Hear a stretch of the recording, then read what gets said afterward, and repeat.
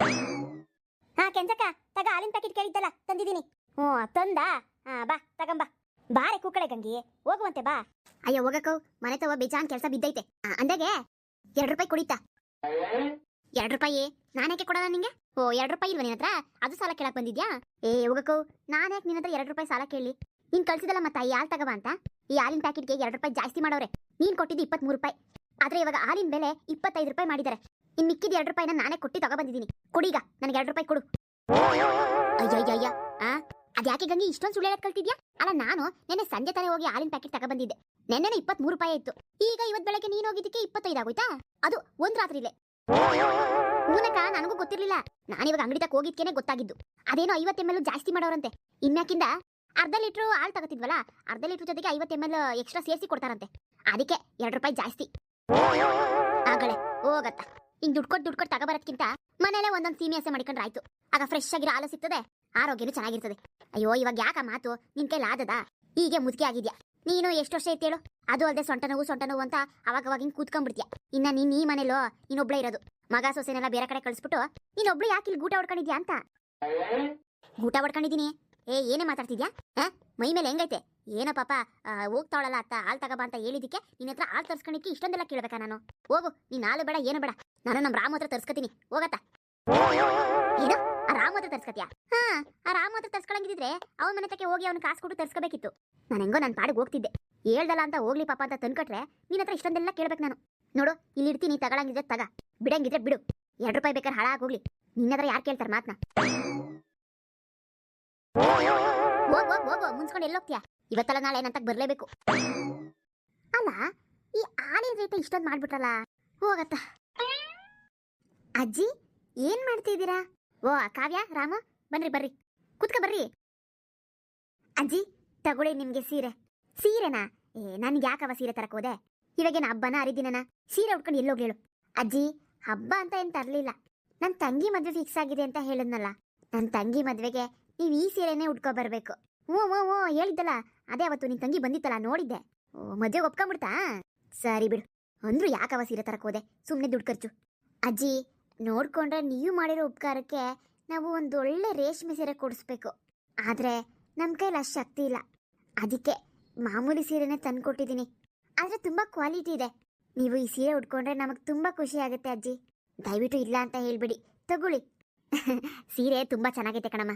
ಚೆನ್ನಾಗಿಲ್ದೆ ಏನ್ ಹೇಳಮ್ಮ, ಸೀರೆ ತುಂಬಾ ಚೆನ್ನಾಗೈತೆ, ನನಗೆ ಚೆನ್ನಾಗಿ ಕಾಣಿಸ್ತದೆ. ಏನ್ ರೇಷ್ಮೆ ಸೀರೆ ಉಟ್ಕೊಂಡ್ರೆ ಮಾತ್ರನಾ? ಇದು ಚಂದಾಗೆ ಕಾಣಿಸ್ತದ ಬಿಡು. ಸುಮ್ಮನೆ ಯಾಕೆ ತೊಂದರೆ ತಗೊಳಕ್ ಹೋದ್ರಿ ಅಂತ ಅಷ್ಟೇ. ತೊಂದರೆ ಏನ್ ಬಂತು ಹೇಳಿ ಅಜ್ಜಿ? ಈ ಊರಲ್ಲಿ ನಿಮ್ಮನ್ ಬಿಟ್ರೆ ನಮ್ಗೆ ತುಂಬಾ ಹತ್ರದವ್ರು ಯಾರಿದ್ದಾರೆ? ಏನೇ ಒಂದು ಕಷ್ಟ ಆಗ್ಲಿ ಸುಖ ಆಗ್ಲಿ ಏನೇ ಬಂದ್ರು ಬಂದು ವಿಚಾರಿಸ್ಕೊಳ್ಳೋದು ನೀವೇ. ನಾವು ಹೇಳೋದು ನಿಮ್ಗೇನೆ. ನಮ್ಗೊಂಥರ ಮನೆಗೆ ಹಿರಿಯರಿದ್ದಂಗೆ ನೀವು. ಏನಾದ್ರು ಗೊತ್ತಾಗ್ಲಿಲ್ಲ ಅಂತ ಅಂದ್ರೆ ಬುದ್ಧಿ ಹೇಳ್ತೀರಾ, ತಿಳಿ ಹೇಳ್ತೀರಾ. ಮನೇಲಿ ವಯಸ್ಸಾಗಿರೋರು ಇರಬೇಕು. ಹಾಗೆ ನಮ್ಮಂತ ಚಿಕ್ಕವ್ರಿಗೆ ಬದುಕೋದಕ್ಕೆ ಒಂದು ದಾರಿ ಸಿಗುತ್ತೆ. ನಿಮ್ಮನ್ನ ನೋಡಿ ನಾವು ತುಂಬಾ ಕಲಿಯೋದಿದೆ ಅಜ್ಜಿ. ಚಿಂದಂತ ಮಾತಮ್ಮ. ರಾಮು, ಎಲ್ಲ ಕಡೆ ಕಾರ್ಡ್ ಕೊಟ್ಟಾಯ್ತೇನಪ್ಪ? ಹ್ಞೂ ಅಜ್ಜಿ, ಕಾರ್ಡ್ ಕೊಟ್ಟು ಮುಗೀತು. ನನಗೆ ಯಾರ್ಯಾರು ಗೊತ್ತು ಎಲ್ಲಾರ್ಗೂ ಕೊಟ್ಟಿದ್ದೀನಿ. ಹೋಗ್ಲಿ ಬಿಡತ್ತ. ಕಾವ್ಯ ಯಾವಾಗಮ್ಮ ಮದ್ವೆ? ಅಜ್ಜಿ ಮುಂದಿನ ವಾರನೇ, ಮುಂದಿನ ಶುಕ್ರವಾರ. ಓ ಬರೋ ಶುಕ್ರವಾರನಾ? ಆಯ್ತಾಯ್ತು. ಅಷ್ಟೊತ್ತಿಗೆ ಹೋಗಿ ಈ ಸೀರೆಗೆ ಒಂದು ಬ್ಲೌಸ್ ಹೊಲ್ಸ್ಬಿಡ್ಬೇಕು. ಸರಿ ಅಜ್ಜಿ. ಅಜ್ಜಿ ಏನು ಕೈಯಲ್ಲಿ ಹಾಲಿನ ಪ್ಯಾಕೆಟ್ ಇಟ್ಕೊಂಡಿದ್ದೀರಾ? ತುಂಬ ಹೊತ್ತು ಹಿಂಗೆ ಹೊರಗಡೆ ಇಟ್ಕೊಬಾರ್ದು, ಕಾಯಿಸಿ ಇಟ್ಬಿಡಿ, ಇಲ್ಲಾಂದ್ರೆ ಹಾಲು ಒಡೆದೋಗ್ಬಿಡತ್ತೆ. ಹೂನವ, ಇವಾಗ ಅದೇ ರಾಮು ಅತ್ತೆ ಇಲ್ವಾ ಗಂಗಮ್ಮ, ಅವಳ ಕೈಲಿ ಹಾಲು ತರಿಸಿದ್ದೆ. ಇವಾಗೇನೋ ಹಾಲು ರೇಟು 2 ರೂಪಾಯಿ ಜಾಸ್ತಿ ಮಾಡ್ಬಿಟ್ಟವ್ರಂತೆ. ಅದಕ್ಕೆ 2 ರೂಪಾಯಿ ಕೊಡು ಅಂತ ಗೊಣಗಾಡ್ತಿದ್ಲು. ನಾನು ಒಂದೆರಡು ಮಾತಾಡ್ದೆ, ಮುನ್ಸ್ಕೊಂಡು ಹೋಗೇ ಬಿಟ್ಲತ್ತ. ಸರಿ ಅಜ್ಜಿ, ಸ್ವಲ್ಪ ಕೆಲಸ ಇದೆ, ನಾನು ಹೋಗಿರ್ತೀನಿ ಮನೆ ಹತ್ರ, ಆಮೇಲೆ ಬನ್ನಿ. ಹ್ಞೂ ಆಯ್ತವ, ಆಯ್ತು ಹೋಗ್ಬಾ. ಅಮ್ಮ ರಮ್ಯಾ, ನೋಡಮ್ಮ ಇಷ್ಟು ಸೀರೆಗಳನ್ನ ಎತ್ತಿಟ್ಟಿದ್ದೀನಿ. ಇದೆಲ್ಲ ನಂದೇನೆ. ಇನ್ನ ನೀನು ಮದ್ವೆ ಆಗಿ ಹೋದ್ಮೇಲೆ ನಾನು ಇವೆಲ್ಲ ಎಲ್ಲಿ ಹಾಕೋತೀನಿ. ಅದಕ್ಕೇನೆ ಈ ಎಲ್ಲ ಸೀರೆಗಳು ನೀನೇ ತಗೊಂಡೋಗು. ಏನೋ ನಾನಾ? ಹೋಗಮ್ಮ, ಸೀರೆ ಯಾರು ಹುಡ್ಕೋತಾರೆ? ಸೀರೆ ಯಾರು ಹುಡ್ಕೋತಾರೆ? ಅಲ್ಲ ಕಣೆ, ಮದ್ವೆ ಆದ್ಮೇಲೆ ನೀನು ಸೀರೆನೇ ಉಟ್ಕೋಬೇಕಲ್ಲ. ಇಲ್ಲಪ್ಪ, ನಾನು ಸೀರೆಗೆಲ್ಲ ಉಟ್ಕೊಳ್ಳೋದಿಲ್ಲ. ಬೇಕಾದ್ರೆ ಈ ಕಾವ್ಯ ಚೂಡಿದಾರ ಹಾಕೋತಿದ್ಲಲ್ಲ, ಅದೇ ಥರ ಚೂಡಿದಾರ ಬೇಕಾದ್ರೆ ಹಾಕೋಬಿಡ್ತೀನಿ, ಸೀರೆ ಮಾತ್ರ ಉಟ್ಕೊಳ್ಳಲ್ಲ. ಏನೇ ರಮ್ಯಾ, ಅತ್ತೆ ಮಾವ ಇರೋ ಮನೆಗೆ ಹೋಗ್ತಾ ಇದೆಯಾ? ಅವ್ರ ಮುಂದೆಲ್ಲ ಚೂಡಿದಾರ ಹಾಕೊಂಡ್ರೆ ಏನು ಅನ್ಕೋತಾರೆ ಹೇಳು? ಬೇಡಮ್ಮ, ನನ್ನ ಮಾತು ಕೇಳು, ಸೀರೆನೇ ಉಟ್ಕೊ ನೀನು. 1 ವಾರ ಸೀರೆ ಉಟ್ಕೊಂಡ್ಬಿಟ್ರೆ ತಾನೇ ಅಭ್ಯಾಸ ಆಗೋಗುತ್ತೆ ಕಣೆ. ಬೇಡಮ್ಮ, ಹೋಗ್ಲಿ ಬಿಡು. ಆಯ್ತು, ಇವಾಗ ಮದುವೆಗೆ ಸೀರೆ ಉಟ್ಕೋಬೇಕಲ್ಲ.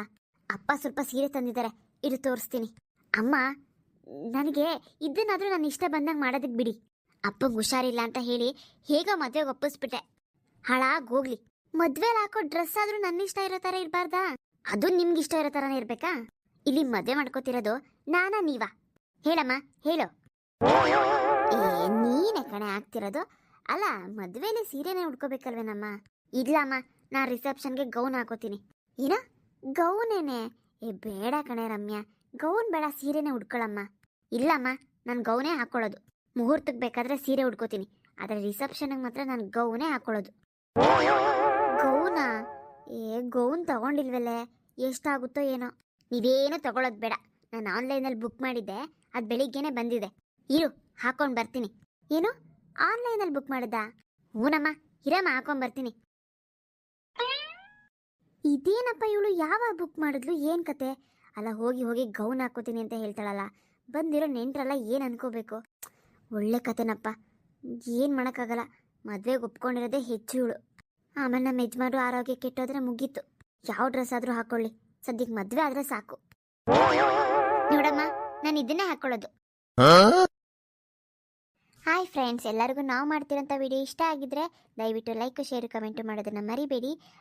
ಮತ್ತು ನಾವು ಹಾಕೋಂಥ ವೀಡಿಯೋಸ್ನ ದಯವಿಟ್ಟು ತಪ್ಪದೆ ಫೇಸ್ಬುಕ್ಕು, ಇನ್ಸ್ಟಾಗ್ರಾಮೆಲ್ಲ ಶೇರ್ ಮಾಡಿ ಆದಷ್ಟು ಬೇಗ 5,000 ಸಬ್ಸ್ಕ್ರೈಬರ್ಸ್ನ ಕಂಪ್ಲೀಟ್ ಮಾಡ್ಕೊಳ್ಳೋಣ. ಇನ್ನು ಮುಂದೆ ನಮ್ಮ ಚಾನಲಲ್ಲಿ ಪ್ರತಿದಿನ ವೀಡಿಯೋಸು ಬೆಳಗ್ಗೆ 8 ಗಂಟೆಗೆ ಪ್ರಸಾರ ಆಗುತ್ತೆ. ತಪ್ಪದೆ ನೋಡ್ತಾ ಇರಿ. ಮುಂದಿನ ವೀಡಿಯೋದಲ್ಲಿ ನಮ್ಮ ಈ ಸ್ಟೋರಿ ಕಂಟಿನ್ಯೂ ಆಗುತ್ತೆ, ನೋಡ್ತಾ ಇರಿ ಅಂತ ಹೇಳ್ತಾ ಎಲ್ಲರಿಗೂ ಬಾಯ್.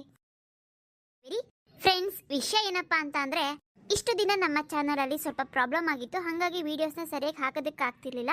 ಸ್ವಲ್ಪ ದಿನ ಅಂತೂ ವೀಡಿಯೋಸ್ನ ಹಾಕೋದಕ್ಕೆ ಆಗಲಿಲ್ಲ ಸಾಫ್ಟ್ವೇರ್ ಪ್ರಾಬ್ಲಮಿಂದ.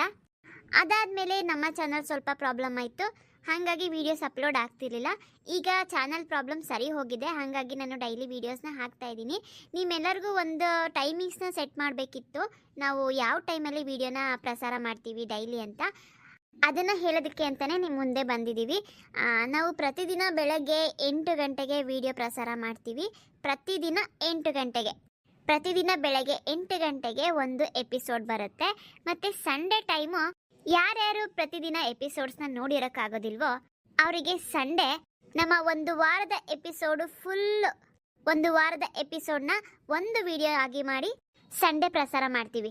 ಐ ಹೋಪ್ ನಿಮ್ಮೆಲ್ಲರಿಗೂ ಇಷ್ಟ ಆಗುತ್ತೆ ಅಂದ್ಕೊಂಡಿದ್ದೀನಿ. ನಮ್ಮ MSN ಬ್ಯಾಂಗ್ಳೂರ್ ಕಾರ್ಟೂನ್ನಲ್ಲೂ ಅಷ್ಟೇ, ಆ ಚಾನಲಲ್ಲಿ ನಾನು ಈವ್ನಿಂಗ್ ಟೈಮಲ್ಲಿ ಪ್ರಸಾರ ಮಾಡೋಣ ಅಂತ ಅಂದ್ಕೊಂಡಿದ್ದೀನಿ. MSN ಬ್ಯಾಂಗ್ಳೂರ್ ಕಾರ್ಟೂನ್ ಚಾನಲಲ್ಲೂ ಕೂಡ ದಿನಕ್ಕೆ ಒಂದು ವಿಡಿಯೋ ಪ್ರಸಾರ ಮಾಡ್ತೀವಿ. ಆ ಚಾನಲಲ್ಲಿ ಮಾಮೂಲಿ ಸಂಜೆ 6 ಗಂಟೆಗೆ ಪ್ರಸಾರ ಆಗುತ್ತೆ. ದಿನಕ್ಕೆ ಒಂದು ವಿಡಿಯೋ ಹೇಗೆ ಪ್ರಸಾರ ಆಗುತ್ತೋ ವಾರದಲ್ಲಿ 6 ದಿನಗಳ ವಿಡಿಯೋ ಸೇರಿ ಒಂದು ವಿಡಿಯೋ ಮಾಡಿ ಸಂಡೇ ಪ್ರಸಾರ ಮಾಡ್ತೀನಿ.